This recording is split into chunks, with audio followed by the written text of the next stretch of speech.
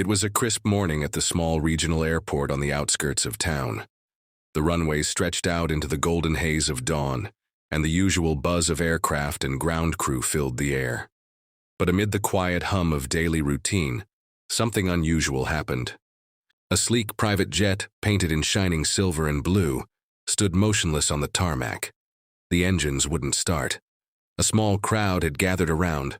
The pilot, 2 crew members, and several curious airport staff, all trying to figure out why the aircraft had suddenly gone dead just minutes before takeoff. Inside the terminal, an elegantly dressed woman paced back and forth, clearly annoyed. Her high heels clicked sharply on the marble floor. She was important. That much was obvious. Her assistant whispered nervously into her ear, "Ma'am, they're trying to fix it. The mechanics are on their way." "Trying isn't doing," she snapped, glancing at her gold watch. "I have a meeting in Chicago in 2 hours. Meanwhile, standing a few yards away, holding a mop and bucket, was Rhea, a 17-year-old girl, barely noticed by anyone. Her oversized jacket and scuffed shoes gave her away as someone who didn't belong in this world of luxury jets and designer handbags. Her father was the janitor at the airport, and Rhea often helped him before and after school. She never complained. Cleaning hangars and wiping down floors were her way of helping out, especially after her mother had passed. But Rhea had a secret. She loved planes. Since she was a child, she had watched every aircraft that landed, memorized every sound, and read every manual or engineering guide she could get her hands on.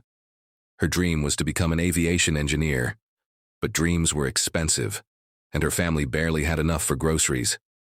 As the commotion around the jet grew louder, Rhea stood nearby, listening. The pilot was talking about fuel flow issues, and the ground crew looked helpless. Rhea felt her heart race. She had heard about this problem before.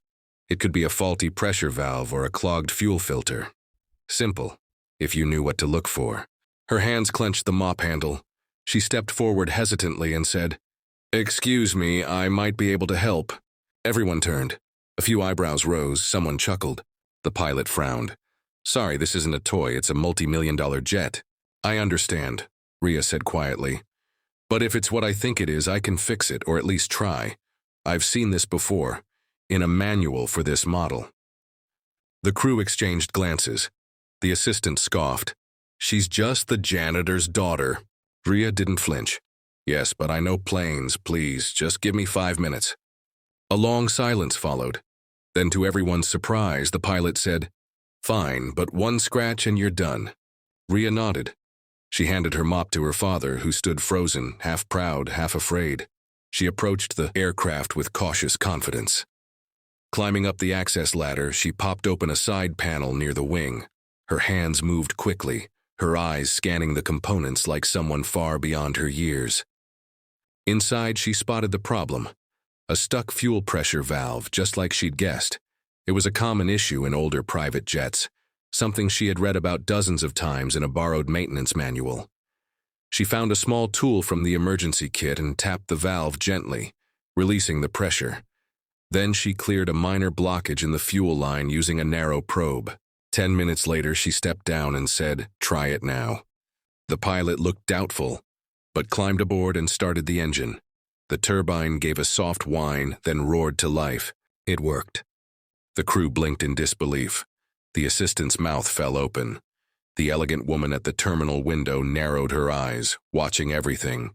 She didn't say a word. Rhea stepped back, brushing her hands on her jacket, trying to hide her smile. Her father came up to her, his eyes wet with emotion. You really did it," he whispered. Just then, the elegant woman walked toward her, expression unreadable. She stopped a few feet from Rhea and looked her up and down. "What's your name?" she asked. "Rhea," she replied, suddenly nervous. The woman stared for a second longer. Then she gave the faintest smile, nodded once, and said, "Interesting." With that, she turned and boarded her jet. Within minutes, the aircraft was in the air, vanishing into the blue sky. The crowd slowly dispersed, murmuring about what they'd just witnessed. Some were impressed, others just confused. Rhea picked up her mop again, like nothing had happened. But her mind was spinning. What had just happened? Who was that woman, and why did she ask for her name? Little did Ria know her life was about to change forever. The next morning, the airport was just as quiet as always. The same chilly wind moved across the runway. The same cargo trucks rumbled by, and the same sleepy terminal employees went about their routines. But something felt different. Ria arrived early, as usual, wearing the same worn hoodie, pushing the mop bucket beside her father. After what happened the day before, she hadn't slept much. Her mind kept replaying the moment the woman asked for her name. The jet had taken off, and life seemed to go back to normal, or so she thought. Around 9 a.m., something unexpected happened. A convoy of black luxury cars pulled up to the airport's entrance. Out stepped sharply dressed individuals in suits, holding files, tablets, and briefcases. From the center car emerged the same woman Ria had helped the day before. Only now she was surrounded by cameras and assistants, and her presence seemed to electrify the entire place. Airport staff froze, whispers spread. Wait, she's back? Why so many people? A security officer quickly approached, but the woman raised a hand and spoke with authority. I'm here to speak with Ria, the young woman who fixed my jet. Ria's heart jumped in her chest. Her father gave her a confused look. Did you do something else I don't know about? No, she whispered. I don't know what this is. Within moments, Ria was escorted, gently but with urgency, to the hangar, where the woman stood waiting. She turned as Ria approached, her eyes warm and steady. There you are, she said. Ria lowered her eyes, shy. Yes, ma'am? The woman smiled. Let me properly introduce myself. My name is Natasha Verma. I'm the CEO and founder of Astra Air, one of the largest private airline companies in the country. Gasps rippled through the small crowd that had now gathered. I was on that jet yesterday, Natasha continued, and I saw more than someone who simply fixed a plane. I saw a mind that's sharp, steady hands, and a young woman who didn't let doubt stop her. Ria could barely process the words. CEO, Astra Air. Why was she here? I did some checking last night, Natasha said. You've never had any formal training in aircraft engineering, correct? Ria nodded. No, ma'am, I just read whatever I can get. Borrowed manuals, online videos. I've loved planes since I was little. Natasha paused, then stepped forward. You have raw talent. And more importantly, you have courage. That's rare. Which is why I'm here to offer you something. She turned to her assistant, who handed her a folder. This is a full scholarship to the National School of Aviation Technology in New York. It covers tuition, housing, books, everything. You'll also have a paid internship at Astra Air each summer. We'll assign you a mentor, a real aircraft engineer to guide your growth. Ria's mouth dropped open. Her father gripped the mop so tightly his knuckles turned white. I don't know what to say, Ria whispered, eyes wet. Say yes, Natasha smiled, and there's more. She turned to face the growing crowd of airport workers, journalists, and curious bystanders. There are thousands of young people like Ria, smart, hardworking, talented, but without access to resources. That changes today. She gestured to a screen being set up behind her. A large banner appeared. The Ria Initiative, launching dreams, changing skies. I'm starting a new program, Natasha announced. A national scholarship and mentorship initiative to find and support youth in underserved communities who want to enter aviation. It's named in honor of the girl who reminded me yesterday why I started flying in the first place. By now the crowd was clapping.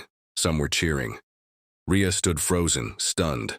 Her father pulled her into a tight embrace, tears running down his cheeks.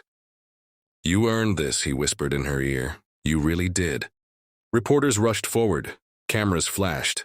Someone asked, Ria, how does it feel to go from mopping floors to becoming the face of a national program? She hesitated, overwhelmed, then said softly into the mic, I didn't fix that jet to get anything.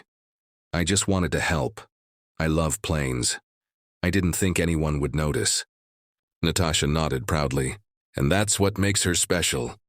Ria wiped her eyes, then turned to the crowd. There are kids out there just like me, who think they're invisible. I want them to know they're not. If you love something, don't stop, even if you're just cleaning around it. You're closer to your dream than you think. The applause grew louder. That day, news of the janitor's daughter who fixed a jet spread like wildfire. Social media exploded. National newspapers picked up the story.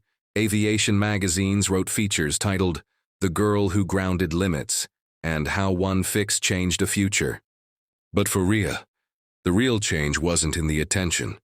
It was in the door that opened, not just for her, but for so many others who would come after. Epilogue, 1 year later. A jet touched down on the same runway where it all began. Out stepped Rhea, now in a navy blue engineer's uniform, her Astra Air badge shining on her chest.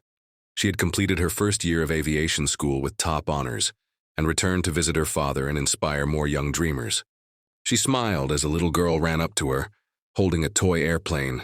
"Are you really the girl from the story?" Rhea knelt and handed her a sticker that said, "Keep dreaming. The sky is just the beginning." Moral of the story: sometimes all it takes is one moment of courage to change everything. Not just for yourself, but for generations to come. Talent can come from anywhere. Kindness and belief can open skies.